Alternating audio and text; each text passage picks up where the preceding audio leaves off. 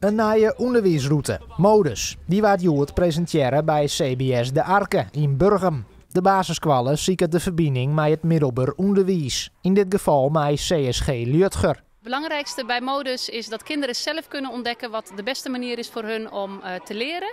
En ook hun route echt naar het middelbare school te gaan vinden. Dat we de overgang van het basisonderwijs naar de middelbare school eigenlijk makkelijker maken.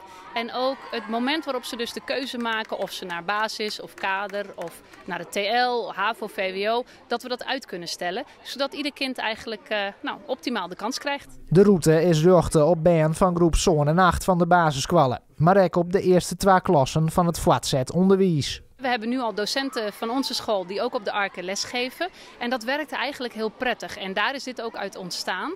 Dat we merkten van als we dat nou wat meer op elkaar kunnen afstemmen, dan maakt het voor de leerlingen soepel.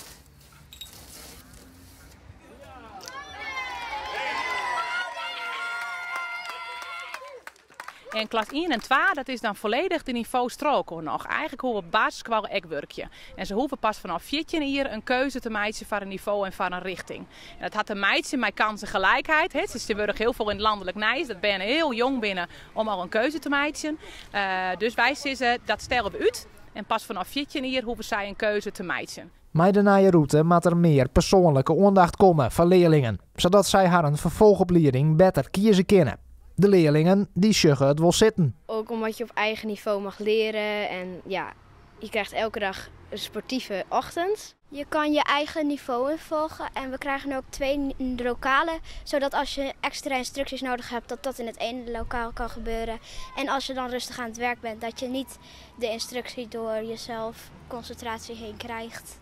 Groep 7 van de Arke begint komend squouwen hier met Modus. Het moet er uiteindelijk te leren dat leerlingen haar beter ontwikkelen en lieken ze kansen krijgen. Ons doel is om een ononderbroken eigen leerroute aan te bieden voor de band. Dat de band zichzelf wezen maaien, dat ze dwarren, dat ze het lef hebben, dat is een van onze kernwaarden, dat ze dwarren om fouten te maken en dat ze echt ontdekken van dit ben ik en dit wil ik laten worden.